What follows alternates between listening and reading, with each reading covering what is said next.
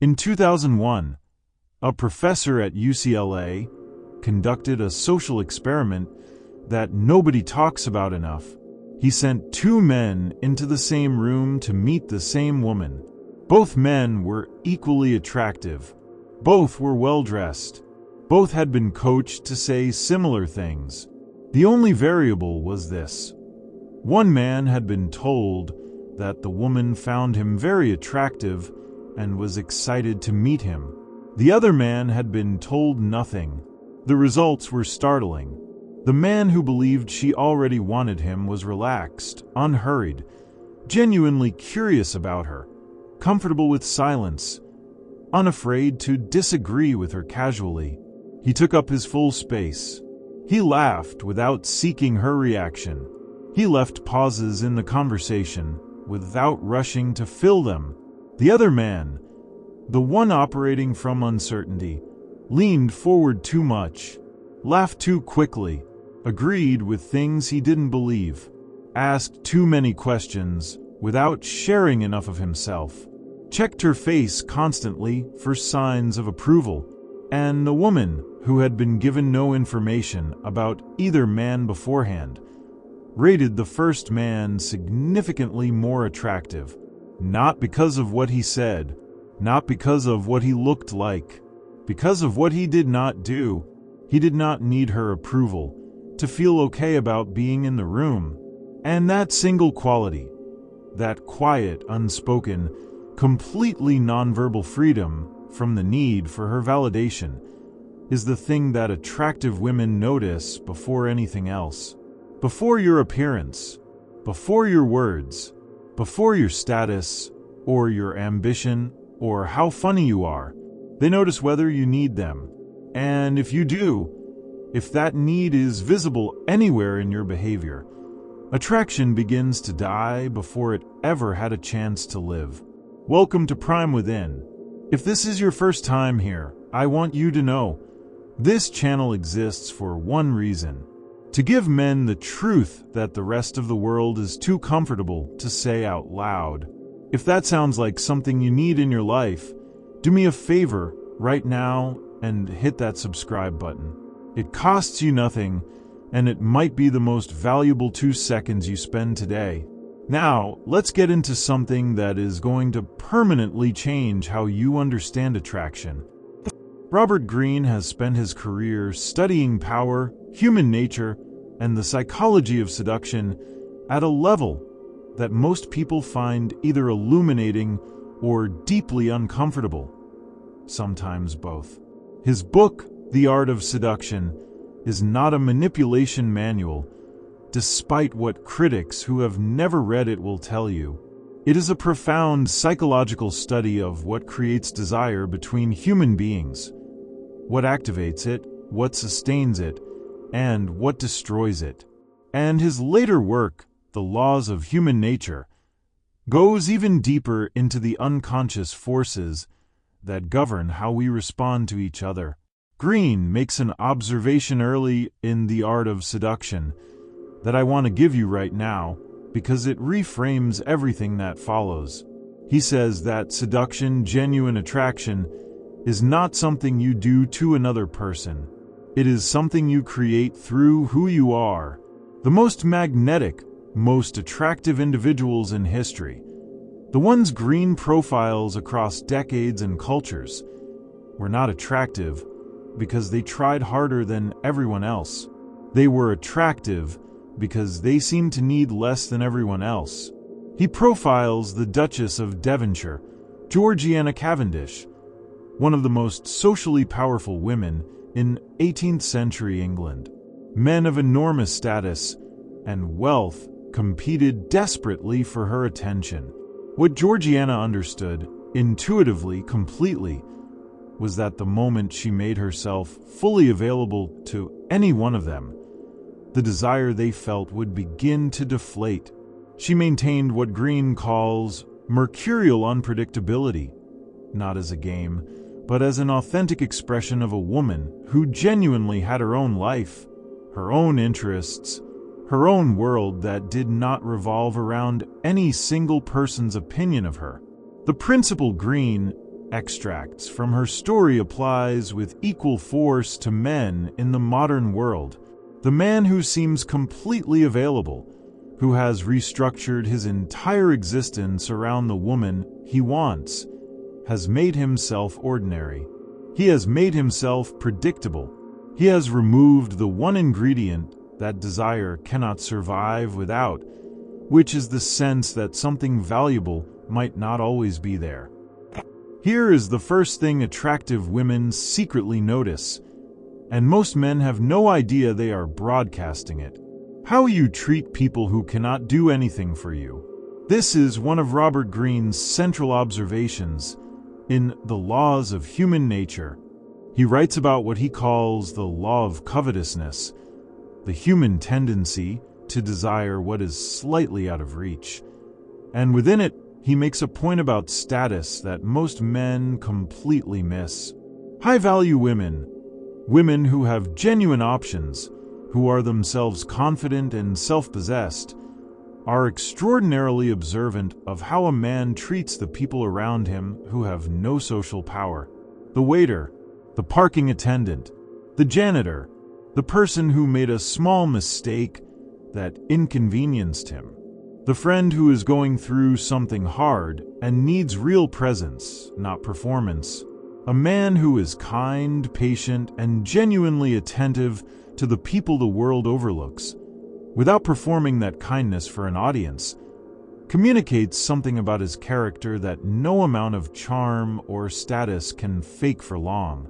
He communicates that his warmth is real, that it is not conditional on what someone can do for him, that the person receiving it is actually seen and not just used. Conversely, and this is what women notice even faster, a man who is charming and attentive toward the woman he wants but dismissive, impatient, or condescending toward everyone else in the room is not showing his best self to her. He is showing her exactly who he is.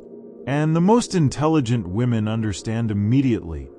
If I become someone who can no longer do anything for him, if I am no longer new, no longer exciting, no longer elevated above the ordinary people he dismisses, I will be treated the same way. Think about the last time you were out with someone you were genuinely impressed by. And think about the moment, if it happened, when you saw them be unnecessarily unkind to someone with less power in the room. Remember how fast your admiration shifted. That shift happens in women too, usually faster, usually permanently. The solution is not to perform kindness. You cannot perform it convincingly to someone who is paying genuine attention. The solution is to become the kind of man who genuinely values people, all people, not because it makes you more attractive, but because it is the mark of a man who has done the internal work that creates real character. If you are still watching this video, I want to pause for just a moment and say something directly. The fact that you are here, investing your time in understanding yourself and the dynamics around you, tells me something about who you are. You are the kind of man this channel was built for. If you have not subscribed yet, please do it right now. Hit the subscribe button and the notification bell. We put out content like this every single week, and you do not want to miss what is coming. Subscribe now, and let's keep going. The second thing attractive women secretly notice is something that will challenge a story you have been telling yourself, possibly for your entire adult life. Your relationship with your own emotions under pressure. Not whether you have emotions, not whether you express them. Your relationship with them. Specifically, whether you are governed by them or whether you govern them. Robert Greene writes extensively in The Laws of Human Nature about what he calls emotional contagion, the phenomenon by which people unconsciously absorb the emotional state of those around them. He explains that human beings, from the earliest stages of social development, are wired to read the emotional weather of the people in their environment. We feel what the people around us feel. We mirror their anxiety. We absorb their calm. And this happens before conscious thought has time to intervene. This means that when a man is emotionally reactive, when his mood rises and falls visibly based on external events, when stress makes him sharp or withdrawn, when uncertainty makes him clingy or cold, the woman near him absorbs that instability. She feels it in her own nervous system, and her nervous system begins to associate being near him with the specific discomfort of emotional unpredictability. Now, here is what nobody talks about. This is not her being too sensitive. This is not her being unreasonable. This is ancient biology doing exactly what it was designed to do. Because a man who cannot regulate his own emotional state under pressure is, from an evolutionary standpoint, a man who cannot be relied upon when things get truly hard. And the deepest parts of female psychology beneath language, beneath conscious preference, are always asking one question about the man in front of them. Can I trust this person to stay solid when the world goes difficult? The man who passes that test is not the man who never feels anything. He is the man who feels everything and remains standing, who can be anxious and not act from his anxiety, who can be hurt and not weaponize his hurt against the people around him, who can be uncertain and not demand reassurance from the woman he is with to make the uncertainty bearable. That man is not common, and the rarity of him is a significant part of what makes him magnetic. Greene profiles the actor Cary Grant, one of the most genuinely attractive men of the 20th century, desired by millions of women across multiple generations. Grant was not the most physically impressive man in Hollywood. He was not the most talented. What made him uniquely magnetic, according to the people who knew him, was a quality they struggled to name, but consistently described as ease. He never seemed rattled. He never seemed to need the room's approval. He was the same in a crowd as he was alone. Unhurried, genuinely interested in others, completely at home in his own skin. That ease was not natural talent. Grant had a profoundly difficult childhood. Abandoned by his mother at age 9 when she was institutionalized, raised without consistent love or safety. The ease he projected as an adult was the result of decades of deliberate self-construction, of deciding consciously and repeatedly who he was going to be regardless of what he felt. That decision, the decision to govern your emotional state rather than be governed by it, is available to every man watching this. It is not glamorous work, but it produces a quality of presence that is more attractive than any technique, any outfit, any car, or any opening line ever devised. Now let's talk about neediness directly, because this is the center of everything, and most men either don't recognize it in themselves or dramatically underestimate how visible it is. Neediness is not a feeling. It is a behavior pattern. It is the set of things a man does when the anxiety of not being chosen becomes unbearable and he begins. It looks like texting first every single time, without exception, not because you are naturally communicative, but because the silence between messages makes you anxious and you cannot tolerate that anxiety without acting on it. It looks like changing your opinion the moment you sense her disapproval, not because she made a convincing argument, but because her disagreement feels dangerous to the connection, and you would rather abandon your position than risk the friction. It looks like oversharing your feelings prematurely, not from genuine vulnerability and trust, but from the anxious need to create intimacy fast, because you are afraid that if she does not feel close to you quickly, She will leave before you have had a chance to keep her. It looks like making yourself maximally available, canceling plans, restructuring your week, showing up whenever she mentions she has time. Not because you genuinely want to, but because the fear of her filling that time with someone else drives you to preemptively occupy it. It looks like asking, "Are we okay?" when nothing has happened. It looks like monitoring her social media to measure her emotional state, because you cannot ask directly for the reassurance you need. It looks like laughing when you do not find something funny, agreeing when you genuinely disagree, performing a version of yourself that you believe she will find acceptable rather than showing her the version that is actually real. All of these behaviors have one source: the belief, usually unconscious, usually old, that you are not enough without her confirmation, that your value as a man is contingent on her choosing you, and that loss of her choosing would be unbearable enough to justify rearranging your entire self to prevent it. And here is the devastating truth about that belief. It is the very thing that makes the loss more likely, because a woman cannot deeply respect and desire a man whose self-worth she controls, not because she does not want to, but because desire requires a certain equality of power, the sense that both people are choosing each other from strength rather than from fear, and neediness destroys that equality completely. I want to tell you about two men, both in the same situation, early stages, with a woman who was genuinely interested in both of them.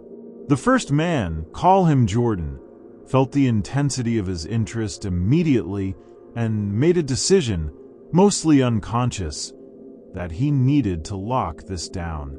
He texted frequently. He made himself completely available. When she took time to respond, he found himself refreshing his phone. When she mentioned she was going out with friends, he felt a quiet anxiety that he managed by asking questions designed to figure out if any men would be present. He told her she was beautiful constantly, not because something moved him to say it, but because he hoped the compliment would bind her to him a little more firmly. When she was in a slightly distant mood, he asked multiple times if she was okay, if they were okay, if he had done something wrong. He genuinely cared about her. He was not manipulative. He was just terrified of losing something he had not yet fully won. By week 6, she was responding slower. By week 8, she had started pulling back in a way he could feel but not name. By week 10, she said the words that confused him completely. She said the connection felt too intense and that she needed space. He could not understand it. He had done everything to show her how much he cared. The second man, call him David, responded to his interest differently. He let himself feel it without letting it govern him. When he was not with her, he was genuinely elsewhere. In his training, in his work, in his friendships, in the project he was building. When she did not respond for several hours, he noticed the impulse to check again and chose not to. When they were together, he was fully present, warm, engaged, genuinely curious about her interior world. But when they were apart, he lived his life without structuring it around her schedule. He expressed what he felt when it was genuinely true, not as reassurance-seeking, but as honest expression from a man who was not afraid of his own feelings. 6 weeks in, she found herself thinking about him more than she expected. 10 weeks in, she was the one suggesting plans, not because David had played a game, not because he had withheld anything manipulatively, but because he had given her the most attractive thing a man can give a woman in the early stages of anything real: the experience of choosing him from genuine desire without being pressured into it. Here we are, past the halfway point of this video, and if the content so far has been speaking to something real in your life, I want to ask you something. Is there one man in your life, a friend, a brother, someone you care about, who needs to hear what we are talking about today? Share this video with him. And if you have not subscribed to Prime Within yet, please do it right now. We are building something here. A community of men who refuse to settle for less than they are capable of. Subscribe now and be part of it. The third thing attractive women secretly notice, and this one will change the way you think about every conversation you have, is the quality of your attention. Not the quantity, the quality. Robert Greene makes a distinction in the laws of human nature between what he calls false attention and real attention. False attention is what most people give most of the time. It looks like listening, but it is actually waiting. The person performing false attention is mentally rehearsing their response, managing their impression, thinking about what they want to say next. They nod. They make eye contact. They perform the behaviors of listening without actually receiving what is being said. Real attention is completely different. It is the experience of being fully received, of saying something and having it genuinely land in the other person, being processed, being felt, before any response comes. It is rare enough that when someone experiences it, they feel something they often cannot name. They feel seen, and feeling seen, truly, specifically, non-performatively seen. The fourth thing attractive women secretly notice, and this is perhaps the most underestimated one, is what you do when you are not with her. Not what you tell her you do, what you actually do, and she knows the difference. Not because she is investigating you, but because a man who is genuinely living a full life, when she is not there, carries it on him when he arrives. He has things to say that did not come from thinking about her. He has energy that was not saved up while he waited for her availability. He has opinions and experiences and developments in his own life that are real and ongoing and interesting, not because he manufactured them to seem attractive, but because he is actually living. Greene writes about this through what he calls the absence effect in The Art of Seduction. He argues that absence, strategic, genuine, unhurried absence, creates desire in the same way that hunger makes food more pleasurable. Not the absence of cruelty or coldness, the absence that comes from a man who has his own world that she is invited into, rather than a man whose entire world becomes her the moment she appears. Jay-Z has spoken about this in interviews about his creative process. At the height of his relationship with Beyoncé, one of the most genuinely powerful women in the world, he maintained a creative life, a business life, a set of ambitions and daily practices that existed entirely independently of her. He was not hiding from the relationship. He was bringing a fully formed man to it. And that fullness, that sense that beside this woman stood a man with his own gravity, is part of what makes their dynamic so compelling to observe from the outside. Your woman should miss you when you are not there. Not because you manufactured distance, but because when you are present, you bring so much genuine energy, genuine warmth, genuine engagement. And when you are absent, you are so fully elsewhere, so completely in your own purpose, that your absence is felt as a real loss, not a manipulative one, a genuine one. That experience of genuinely missing someone rather than simply being without them is one of the foundations of lasting desire, and it requires you to be somewhere real when you are not with her.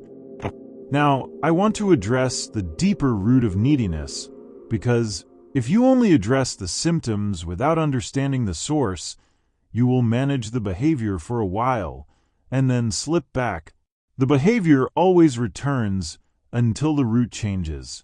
The root of neediness in men almost always traces back to the same place. At some point, usually early, usually before you had the language to understand what was happening, love felt conditional. Maybe it was a parent whose approval had to be earned and was never quite given fully enough. Maybe it was an early relationship where you were left without understanding why, and the wound of that leaving taught you that your value to another person is fragile and must be constantly maintained. Maybe it was a series of experiences that quietly installed the belief that who you are, without effort and performance, is not quite enough. That belief, wherever it came from, is not the truth. It is an old conclusion drawn from incomplete data by a version of you that did not yet have the resources to evaluate it accurately, and carrying it into your adult relationships means you are responding to the women in your present with the anxiety that belonged to an experience from your past.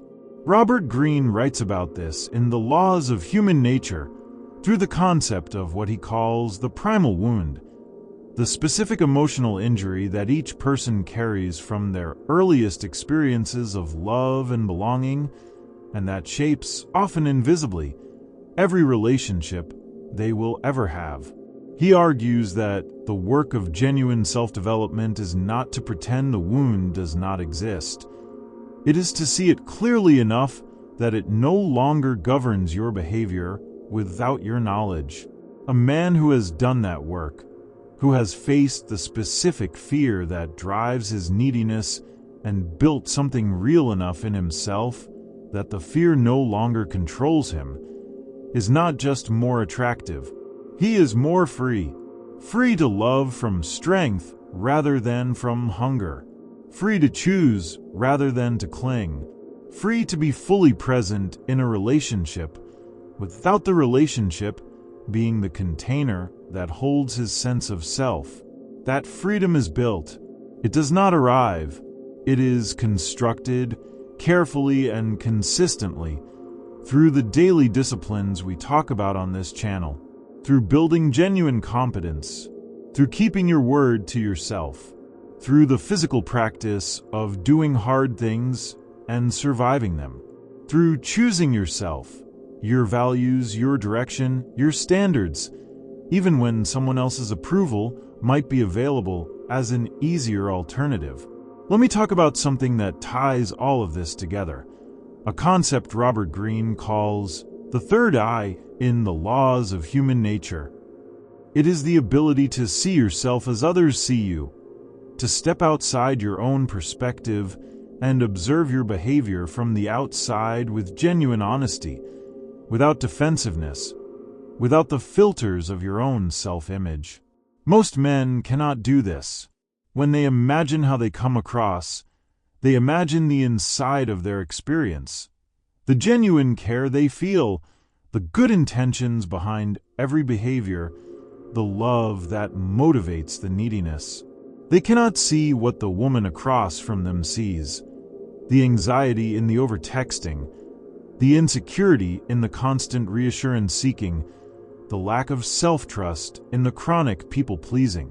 Developing the third eye, the ability to honestly observe your own behavior from the outside, is one of the most powerful practices a man can undertake. And the specific question I want to leave you with right now is this. If you watched a video of yourself in your last significant interaction with a woman you were attracted to, with the sound off, just your behavior, what would that video communicate? Would it communicate a man who is comfortable in his own skin, or a man who is managing something? Would it communicate genuine interest in her, or a man whose primary interest is in how she is responding to him? Would it communicate a man with somewhere to be, or a man whose entire availability was structured around her schedule? Those questions are not comfortable, but they are the most useful questions you can ask. Because the gap between what you intend to communicate and what you actually communicate is where most men's attraction problems live. And closing that gap through the genuine inner work, not through technique, is the most direct path to becoming the man that attractive women notice before they have even fully turned to look. Before I give you the final truth of this video, I want to pause one more time. If you are still here, if you have watched this far, you are exactly the kind of man Prime Within was created for. Men who take their own development seriously. Men who are willing to hear uncomfortable things because they know the truth is worth more than comfort. If you have not subscribed to this channel, please do it right now. Hit subscribe, hit the bell, and share this video with one man who needs to hear it. Your support is what allows us to keep creating content at this level. Subscribe now. Here is the final truth, and I want you to carry this out of this video not as a strategy but as a standard. Attractive women do not secretly notice the things most men are trying to optimize. They are not scoring you on your opening line, or your outfit, or how smoothly you handled the conversation. They are doing something much older and much more accurate than that. They are feeling the answer to a question they have been asking since the first moment they became aware of you. Is this man at home in himself? Not is he successful, not is he impressive, not does he have the right things to say. Is he in the truest, most unperformable sense? A man who is genuinely okay with who he is, where he is, and what he is building. A man who does not need her response to feel solid. A man whose presence is a gift rather than a request. That man is not born. He is built through the accumulated weight of 1,000 private decisions made in the direction of his own becoming, through training his body, through building his mind, through keeping his word to himself in the moments when nobody else would know if he broke it, through facing the specific fears that have been driving his behavior from the shadows and choosing deliberately and repeatedly to act from his strength rather than from his wound. Robert Greene's entire body of work points at one central truth about human nature. The most powerful people, the most genuinely attractive, the most magnetic, the most deeply respected, are the ones who have mastered themselves before trying to master anything else. Not perfectly, not without struggle, but sufficiently, enough that the self they bring to the world is genuinely theirs, not assembled for approval, not performed for an audience, not held together by the hope that someone will choose them. You have been watching this video because something in you already knows that you are capable of being that man. Not the man who figures out women, the man who figures out himself and finds the way every man who has ever done that work has found. That figuring yourself out is the most attractive thing you will ever do. Go do it. That is Prime Within. I will see you in the next one.